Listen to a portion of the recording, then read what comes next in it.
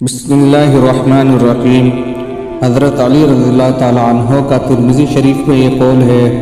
کہ حضور صلی اللہ علیہ وسلم کو یہ فرماتے ہوئے سنا کہ دنیا کی 4 عورتیں سب سے افضل ہیں۔ نمبر 1 مریم بنت عمران،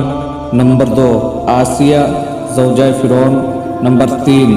خدیجہ بنت خویلد، نمبر 4 فاطمہ بنت محمد۔ حضرت علی رضی اللہ تعالیٰ عنہ کا ترمذی شریف میں یہ قول ہے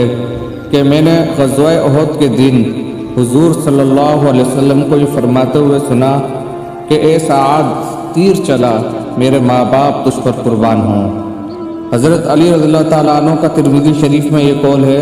کہ حضور صلی اللہ علیہ وسلم نے ارشاد فرمایا